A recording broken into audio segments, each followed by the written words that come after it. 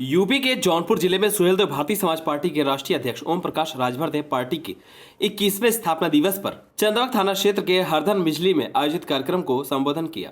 इस दौरान राजभर ने 70 सालों से अति पिछड़ों के साथ हो रहे अन्याय पर अपनी बात रखी। राजभर ने कहा कि जल्दी पूरे देश में अति पिछड़ों के लिए आरक्षण लागू किया जाएगा। कार्यक्रम खत्म होने के बाद राजभर ने मीडिया से बातचीत के दौरान विपक्ष पर जमकर हमला बोला। राजभर ने कहा कि हम लोग एनडीए के साथ हैं, जबकि इंडिया गठबंधन का चुनाव पर कोई असर नहीं पड़ेगा। जिले के सुहेलदेव समाज पार्टी से चुनाव लड़े विधायक जगदीश नारायण राय का समाजवादी पार्टी से मोह भंग नहीं हो रहा है। इस पर उन्होंने कहा कि वह काफी दिनों तक समाजवादी पार्टी में रहे हैं, ऐसे में ऊपर से सपाई है जबकि अंदर से भाजपाई है। 21 साल पहले जो हमने शुरू किया था, अब उसका फल मिलने का समय आ गया है।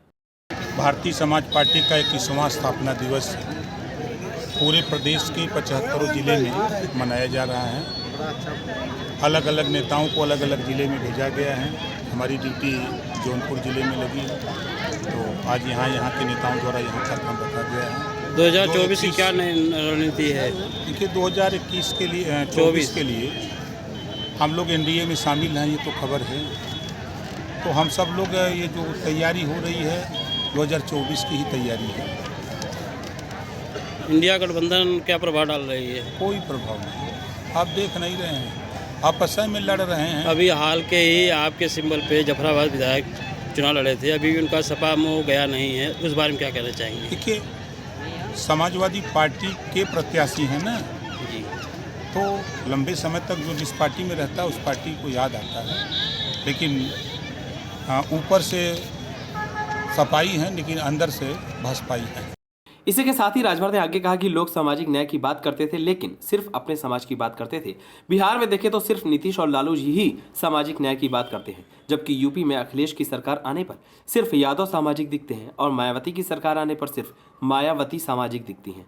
सामाजिक न्याय की परिभाषा क्या होती है, यह बिहार में हुई जातिगत जनगणना को देखकर अंदाजा लगाया जा सकता है। अब लोग सामाजिक न्याय की बात पूछ रहे हैं, ऐसे में हम इन लोगों को जगाने का प्रयास कर रहे हैं कि उन्हें अच्छी शिक्षा, अच्छा स्वास्थ्य सुविधा कैसे मिले, उन्हें उनका अधिकार कैसे मिलेगा, यह बताने का प्रयास कर रहे हैं। जौनपुर से शहर खबर के लिए दीपक श्रीवास्तव की रिपोर्ट। यहाँ के लोगों को देखिए, जो संदेश है कि जो लड़ाई हमने 21 साल पहले शुरू की, उस लड़ाई को अब समय आ रहा है धीरे धीरे मुकाम पर पहुँचाने के लिए। जो लोग कल तक सामान्य इज्जत नहीं करते थे, जो इनके विषय में नहीं सोचते थे, जो वंचित शोषित लोग थे, जो पीड़ित थे, इनके विषय में कोई सोचता नहीं था। सामाजिक न्याय की बात करते थे और अपनी जाति की बात करते थे। चाहे बिहार में आप देखिए, नीतीश जी और लालू जी के अलावा कोई सामाजिक न्याय में दिखता नहीं था। और यूपी में अगर आ जाइए तो जब सपा की गवर्नमेंट बनती है तो सामाजिक न्याय में यादव जी दिखते हैं, दूसरा तो सामाजिक न्याय में कोई आता नहीं है। बसपा की सरकार बनती है तो मायावती जी सामाजिक न्याय में दिखती हैं। तो सामाजिक न्याय की परिभाषा क्या होती है?